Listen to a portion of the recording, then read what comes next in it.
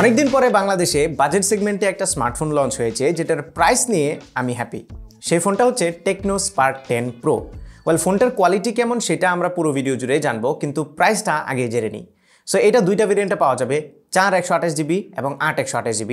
4 128GBর দাম হচ্ছে 15,690 টাকা আর 8 128GBর দাম হচ্ছে 17,990 টাকা, which is a very good price. কারণ এটা আমার মনে হয় এখনকার সময়ে খুব রেয়ারলি দেখা যায় যে বাজেট সেগমেন্টের ফোনের পেছনে গ্লাস ইউজ করা হয়েছে। সেই সাথে এটাতে 5000 mAh ব্যাটারি আছে, সাথে 18 ওয়াটের চার্জিং স্পিড। এটাতে 50 মেগাপিক্সেলের প্রাইমারি রিয়ার ক্যামেরা দেওয়া হয়েছে, 32 মেগাপিক্সেলের সেলফি ক্যামেরা আছে, মিডিয়াটেকের হেলিও G88 প্রসেসর দেওয়া হয়েছে এটাতে। আর ডিসপ্লেটা হচ্ছে 6.8 ইঞ্চির একটা ফুল এইচডি প্লাস রেজুলেশনের 90 হার্জের panel, IPS panel by the way. So এই যে স্পেসিফিকেশান, এইটা দেখে হয়তো আপনারা বুঝতেই পাচ্ছেন যে এখনকার সময়ে এই প্রাইসে এরকম স্পেসিফিকেশান কিন্তু খুব একটা দেখা যায় না, যেটা কিছুদিন আগেও আমরা দেখতাম।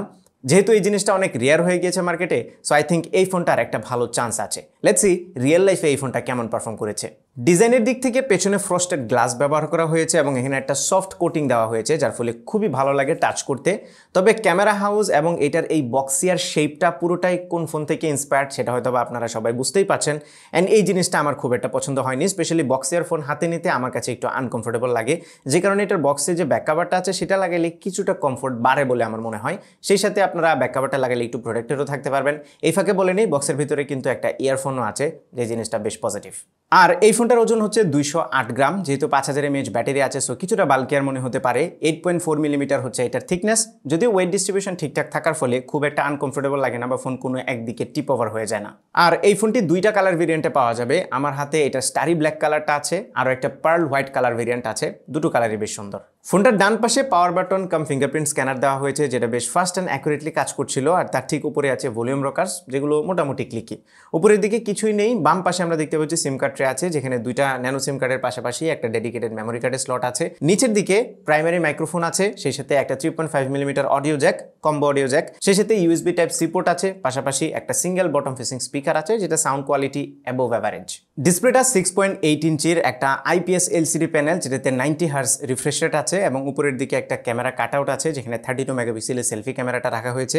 ডিসপ্লের বটম চিনটা একটু বড় হলেও সাইডের বেজেলগুলো খুবই ন্যারো। আর এই ফোনের স্ক্রিন টু বডি রেশিও হচ্ছে 90%। আর টেকনো ক্লেম করছে এটাতে 270 হার্টসের টাচ স্যাম্পলিং রেট দেওয়া হয়েছে। আমার কাছে টাচ খুব একটা স্লো মনে হয়নি, মোটামুটি রেসপন্সিভ মনে হয়েছে। আর এটা রিফ্রেশ রেট আপনি চাইলে 90 হার্টসে রাখতে পারেন, 60 হার্টসেও রাখতে পারেন, অথবা অটো সুইচেও দিতে পারেন। না, অটো সুইচটা আমি এক্সপেক্ট করেছিলাম আর একটু বেটার কাজ করবে। অটো সুইচ দিলে শুধুমাত্র ইউআইতে 90 হার্টস কাজ করে, আর অন্য কোনো অ্যাপেই 90 হার্টস কাজ করে না, সব জায়গাতে 60 হার্টসে ডাউন করে ফেলে। বাট আপনি যদি 90 হার্টস সিলেক্ট করে দেন ফোর্সফুলি, তাহলে সব জায়গাতেই 90 হার্টস কাজ করে যেখানে দরকার। সো যদি ট্রু 90 হার্টস ফিল পেতে চান, তাহলে 90 হার্টসটাই সিলেক্ট করে রাখবেন। অটো সুইচ আপনাকে হয়তো বা ট্রু 90 হার্টসের ফিলিংটা দেবে না। এছাড়া ডিসপ্লের কালার মোটামুটি ভালো ছিল, এনাফ ব্রাইট ছিল ডিসপ্লেটা। সেই সাথে এটার কন্টেন্ট ওয়াচিং এক্সপিরিয়েন্সও খুবই এনজয়েবল ছিল। শুধুমাত্র ক্যামেরা কাট আউটের চারপাশে আমি হালকা একটু ডার্কনেস খেয়াল করেছি। এটা খুব মেজর ইস্যু না, আপনি যদি খুব বেশি নিটপিকে হন তাহলে হয়তো বা নজরে পড়বে। ইন্টারনালসের দিকে যদি তাকাই, তাহলে শুরুতে যেটা বললাম, এটাতে মিডিয়াটেকের হেলিও G88 প্রসেসর ব্যবহার করা হয়েছে। পাশাপাশি এটাতে আছে 8GB র্যাম আর 4GB র্যামেরও ভেরিয়েন্ট আছে। 128GB internal স্টোরেজটা fixed. নাও G88 প্রসেসরটা একটা ডিসেন্ট প্রসেসর। এই প্রাইসে অলদো আমরা যদি 8 128GB ভেরিয়েন্টের প্রাইসটা দেখি, তাহলে এখানে আরও বেটার চিপসেট আমরা এক্সপেক্ট করতে পারি। দেন এগেন চিপসেটের মার্কেটের যা অবস্থা, সেখানে এইরকম চিপসেট নিয়ে এখন হ্যাপি থাকতে হবে, যেখানে অনেক কম্পিটিটর ব্র্যান্ড আছে যারা G85 দিয়েও এখন ফোন লঞ্চ করছে। সেই বিবেচনায় I think it's fine. At least যদি আপনি 4 128GBটা কনসিডার করেন, তাহলে খুবই ভালো প্রসেসর এটাতে দেওয়া হয়েছে।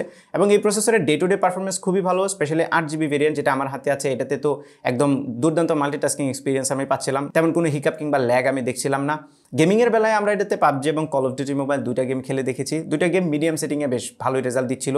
খুব বেশি সময় না খেললে বা একদমই অ্যাকশন মোমেন্টগুলোতে যে ফ্রেম ড্রপগুলো আছে, এগুলোকে যদি আপনি একটু কনসিডার করেন, তাহলে এটা থেকে মোটামুটি ভালোই গেমিং এক্সপিরিয়েন্স আপনারা পাবেন। ডেফিনেটলি খুব top class gaming experience expect করতে পারবেন না, বাট এইটার যে প্রাইস, সেই প্রাইসে যেটা অফার করছে সেটা আমার কাছে স্যাটিসফ্যাক্টরি মনে হয়েছে। সফটওয়্যার সাইডে অ্যান্ড্রয়েড 13-এর উপরে হাই ওএস দেওয়া হয়েছে, যেটা টেকনো নিজস্ব ইউআই, এবং এই ইউআইটা আগের চাইতে বেটার হলেও এখনও আরও অনেক ইমপ্রুভমেন্টের জায়গা রয়ে গিয়েছে। যেমন আমার মনে হয় তাদের ব্লোটওয়্যারের পরিমাণটা একটু কমানো উচিত। এখানে প্রচুর ব্লোটওয়্যার আছে।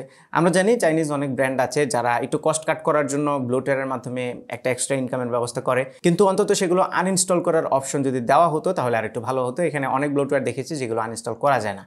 এই সমস্যাটা ছাড়া অন্য কোনো প্রবলেম আমি ফেস করিনি। ইউআইটা বেশ স্ন্যাপি ছিল, আপনি পারফরমেন্সে তেমন কোনো প্রবলেম ফেস করবেন না, এবং অনেকগুলো ফিচার আছে এটাতে যেটা অনেকেই এনজয় করবে। অপটিক সেকশনে পেছনে দুইটা ক্যামেরা আছে, একটা হচ্ছে 50 মেগাপিক্সেলের প্রাইমারি শুটার আর একটা 2 মেগাপিক্সেলের secondary lens. I don't know ওই লেন্সটা কী করে। সামনের দিকে 32 মেগাপিক্সেলের একটা সেলফি ক্যামেরা আছে। সো পেছনে যে 50 মেগাপিক্সেলের ক্যামেরাটা আছে এটা দিয়ে ডিসেন্ট ছবি তোলা যায় ডেলাইটে, মোটামুটি ভালোই ডিটেল থাকে। এখানে দুইটা মোড আছে প্রাইমারিলি, একটা এআই মোড আর একটা হচ্ছে বিউটি মোড। আমরা দুই মোডে ছবি তুলে দেখেছি।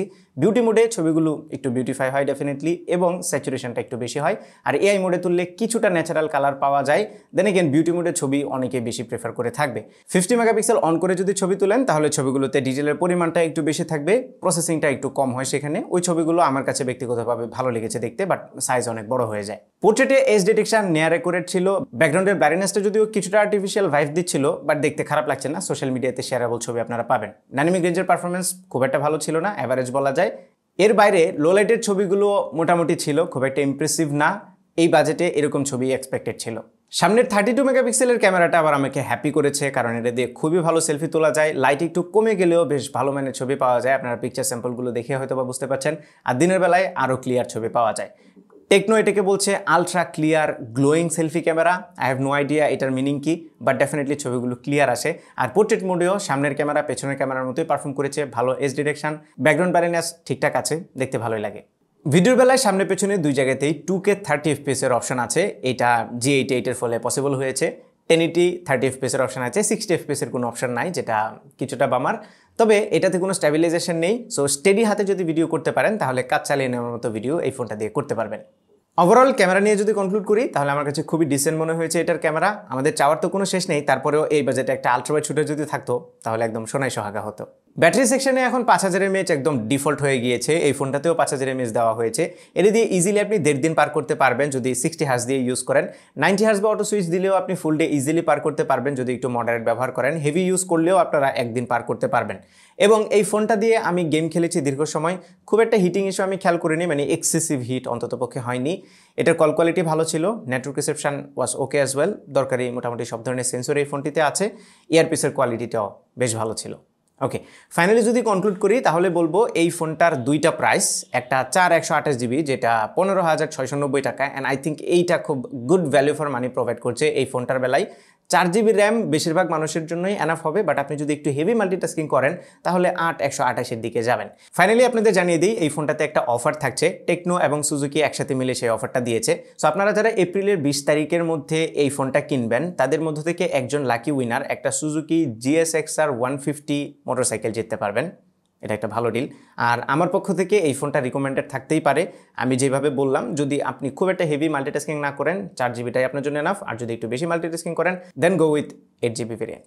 সো এই ছিল আমাদের আজকের ভিডিও। আশা করি ভিডিওটি আপনাদের ভালো লেগেছে। যদি ভালো লেগে থাকে তাহলে ভিডিওতে একটা লাইক দেবেন, কমেন্ট করে জানাবেন কেমন লাগলো। আপনার ফ্রেন্ডদের সাথে শেয়ার করতে একদমই ভুলবেন না। আমাদের পেজে ফলো এবং চ্যানেলে সাবস্ক্রাইব তো মাস্ট। দেখা হবে পরবর্তী ভিডিওতে। Till then take care. আসসালামু আলাইকুম।